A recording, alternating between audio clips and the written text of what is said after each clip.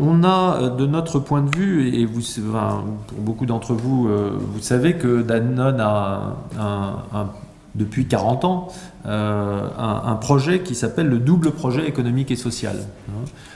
Discours d'Antoine Riboud aux assises du CNPF en 1972, que la génération actuelle de management a essayé d'actualiser dans un monde moderne, dans un groupe dont les horizons et les métiers se sont transformés. Au fond, et je pense dans le lien avec les questions agricoles, le chemin qu'on prend, c'est celui de la réflexion autour de la resynchronisation de la chaîne. Je disais tout à l'heure, elle a été désynchronisée. Depuis plusieurs années, on travaille à des expériences qui sont de reconnecter les synapses, là, les uns après les autres.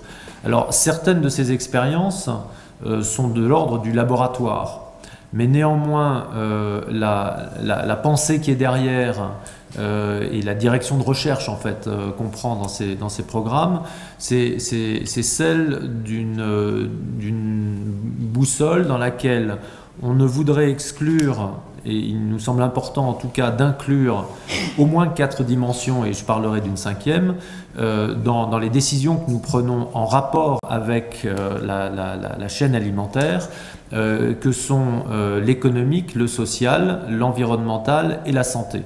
C'est-à-dire, dans chacune des décisions qu'on prend, dans l'observation que nous faisons des phénomènes, avoir cette boussole, ça nous permet de n'oublier aucune des dimensions qui nous semblent essentielles, sauf une, et j'y reviendrai là encore, de nos décisions.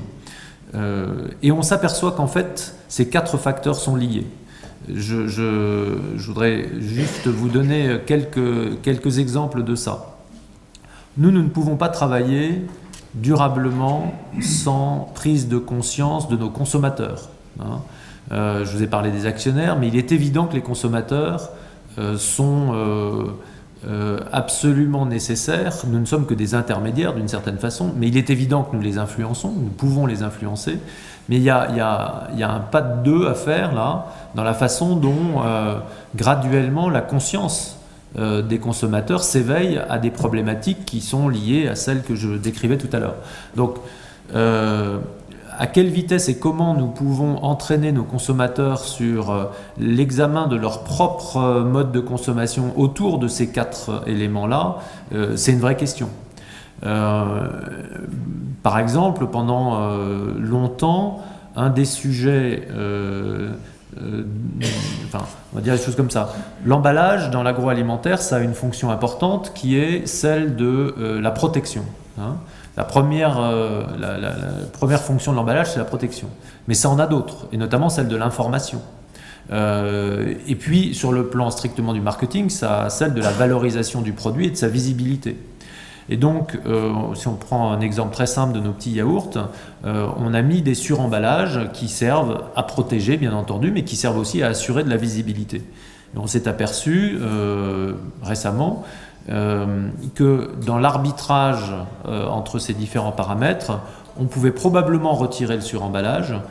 Qu'en le retirant, bien sûr, pour tous ceux et celles qui font leurs courses et mettent des yaourts dans leur frigo, on va économiser un geste qui est celui de prendre le carton et de le jeter à la poubelle. Et globalement, on va extraire à la fois des coûts et de notre système, donc plus d'efficacité, et limiter l'impact environnemental de notre processus.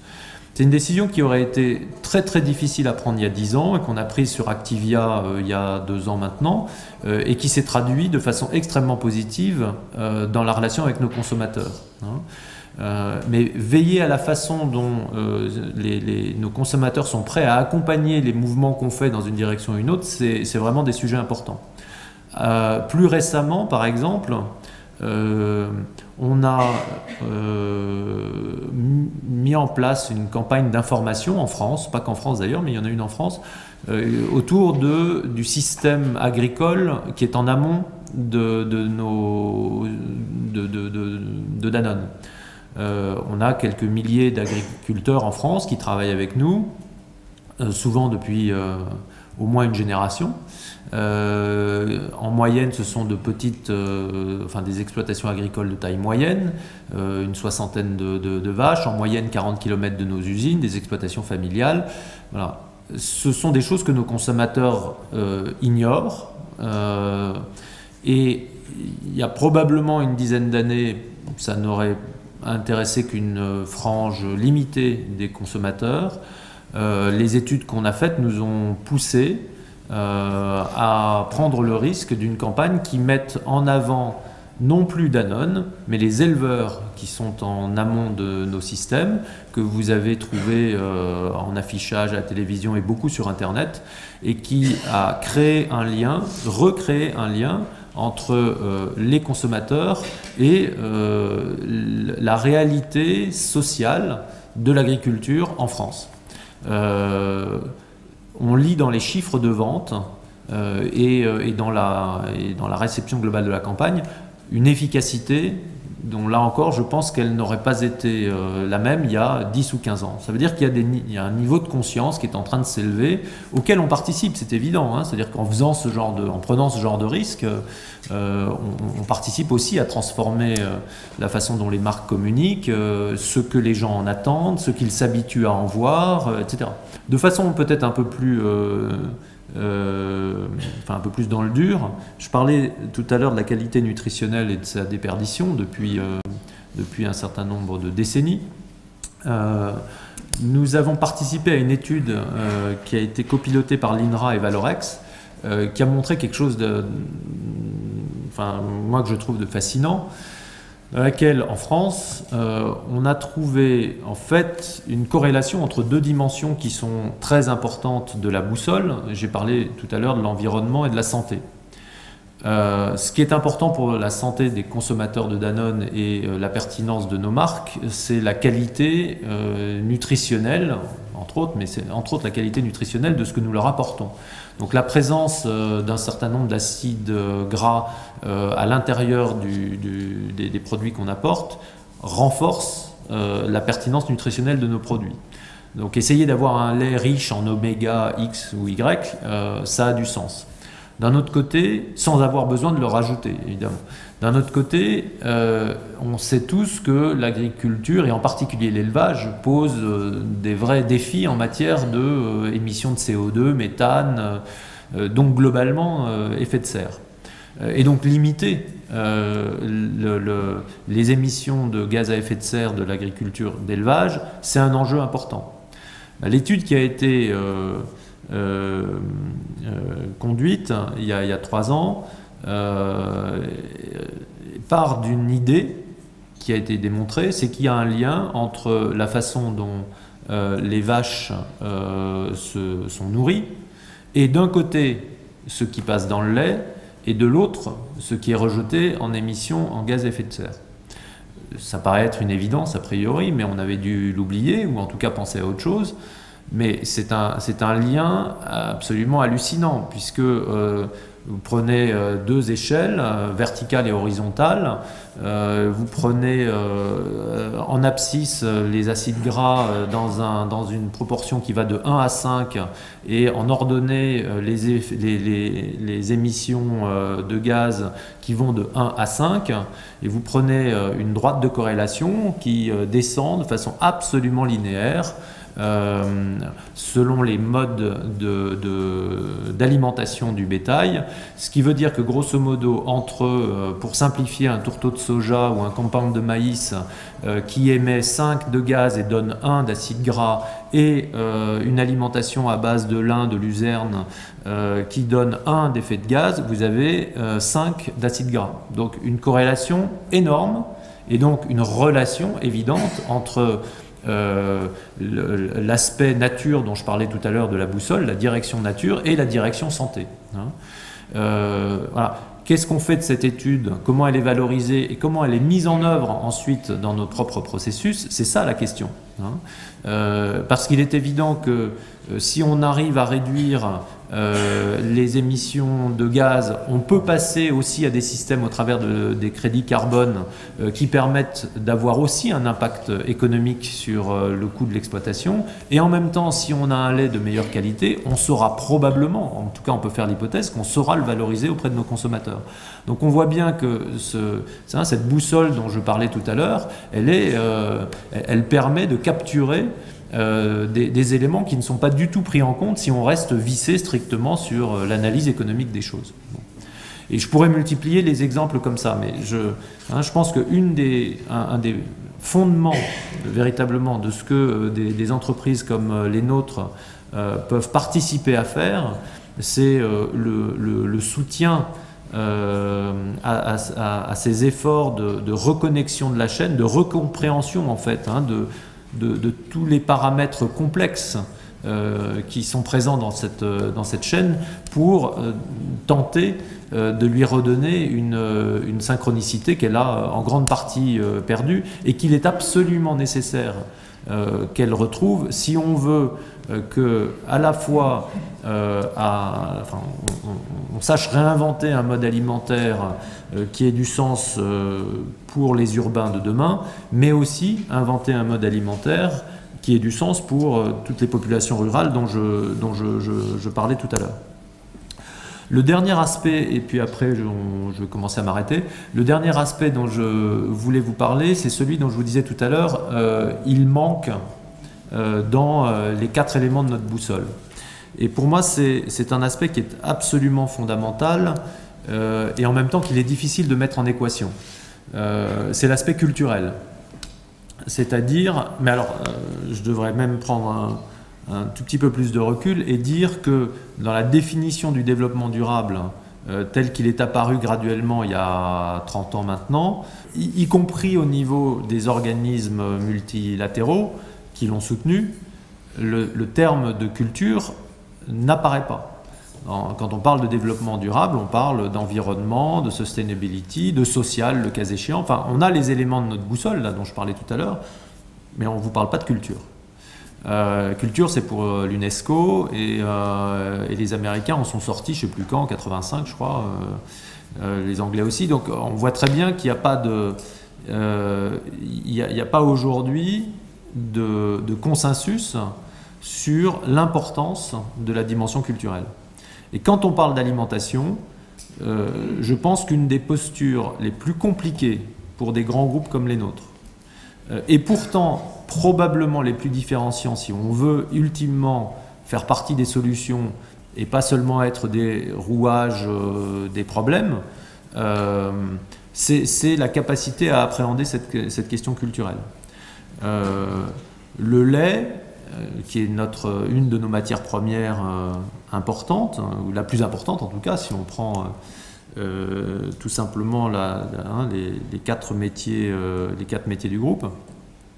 Le lait n'a pas du tout la même valeur culturelle dans les 50 pays dans lesquels on le met en œuvre.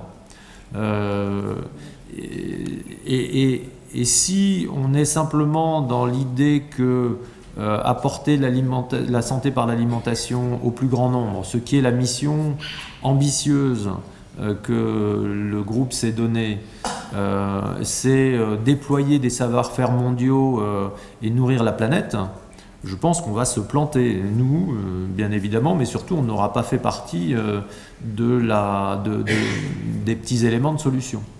Je ne crois pas qu'on puisse se situer, et c'est là probablement l'un des principaux écueils pour les grands groupes, dans une logique qui consiste à dire nourrir la planète. Je pense que la solution, elle vient du fait que la planète se nourrisse, mais ce n'est pas nous qui allons la nourrir. Il m'arrive d'être de temps en temps avec certains de nos confrères, et donc voilà, on se regarde entre nous, on est les grandes boîtes de l'agroalimentaire mondial, et on se pose la question de comment on va nourrir la planète. Mais non, moi je ne crois pas que notre rôle soit celui de nourrir la planète. Il y a une dimension de projection dans ces dans ces réflexions-là qui me semblent idéologiquement dangereuses, humainement impensables. Et pourtant, elle est réelle. Hein. Les grands groupes ne deviennent grands que parce que nous tous, nous avons envie de grandir à titre personnel. Il faut être lucide là-dessus. Mais donc, ça pose bien la question de savoir comment, dans ces grandes organisations qui ont d'autant plus de responsabilités qu'elles ont effectivement la capacité à transformer des choses à assez grande échelle malgré tout, de savoir comment on prend en compte une dimension qui, d'une certaine façon, est une dimension de subsidiarité, y compris dans la façon dont nous pensons nous-mêmes dans cette chaîne alimentaire. Et je reviens sur le lait. Le lait en Inde, c'est un produit de la spiritualité. Tu parlais de spiritualité tout à l'heure, Luc. C'est le cas. C'est une semence divine, le lait en Inde. Donc on peut toujours considérer que c'est de la protéine et je sais pas quoi, mais c'est quelque chose qui ne dit rien de ce qu'est la consommation de produits laitiers. Le lait des peuls en Afrique qui ont mis des centaines d'années à migrer de l'Est vers l'Ouest du Sahel, et dont on retrouve les traces sur des peintures rupestres dans le Sahara, c'est un lait qui n'a pas le même sens que celui qu'on consomme en France. Ça paraît une évidence quand on se le dit maintenant et qu'on parle depuis une heure de choses et d'autres, mais quand vous êtes dans une grande entreprise qui processe des millions de litres tous les jours, vous ne vous posez pas ce genre de questions. Hein. Voilà. Et je parle du lait, mais je pourrais parler de plein d'autres choses. Donc, apporter la santé par l'alimentation, c'est différent d'apporter la santé par l'aliment. L'alimentation ne se résume pas à l'aliment. L'alimentation, c'est tout ce qui fait que se nourrir, c'est juste plus que de l'ingrédient. Que c'est un mode de vie, c'est une commensalité, c'est un mode de relation avec les autres, c'est un mode de relation avec son passé, c'est un mode de relation avec, le cas échéant, ses traditions spirituelles et culturelles. Et ça, je crois que c'est absolument fondamental, soit de le préserver, soit de le retrouver. Et ça va poser pour des groupes comme le nôtre vraiment des questions compliquées, hein, sur la façon dont nous organisons la subsidiarité, c'est-à-dire en fait, hein, finalement, un système qui n'est pas un système de multinational, mais de multilocal dans le dialogue et dans la prise de décision, de façon à ce que la prise en compte de ces éléments culturels le soit évidemment le plus près possible du terrain. Je pourrais vous citer plein d'exemples qui vous démontreraient, mais si à côté de moi ou à ma place était assis un patron d'une autre grande boîte agroalimentaire, je pense qu'il pourrait vous trouver plein d'exemples dans lesquels il vous dirait, mais de toute façon, vous savez, on prend toujours en compte la réalité culturelle. Et alors je vais vous le faire sur Activia, par exemple. Sur Activia, vous trouvez du kéfir Activia en Russie, vous trouvez du Laban Activia en Arabie Saoudite, vous trouvez, etc. Donc oui, c'est vrai. Et on met en œuvre les 4 ferments d'Activia dans des traditions, des modes de consommation, des formes produits qui tiennent compte de la réalité culturelle. Tout simplement parce que si nous ne le faisions pas, nous ne pourrions pas vendre. Hein. Mais la question, pour moi, c'est pas seulement celle des contraintes, c'est celle de la visée. Hein. C'est pas seulement, est-ce que nous cherchons à uniformiser et jusqu'où, parce que c'est plus efficace, c'est plus sûr, etc. Ou est-ce que nous sommes prêts à favoriser la diversité et la prise en compte des aspects culturels? C'est quelque chose d'extrêmement fragile, de très compliqué comme discussion, mais je crois au bout du bout que c'est le véritable enjeu de la participation de grands groupes comme les nôtres, au-delà de tout ce que je vous ai dit avant, à une forme d'alimentation qui retrouvera au total plus de sens qu'elle n'en a aujourd'hui.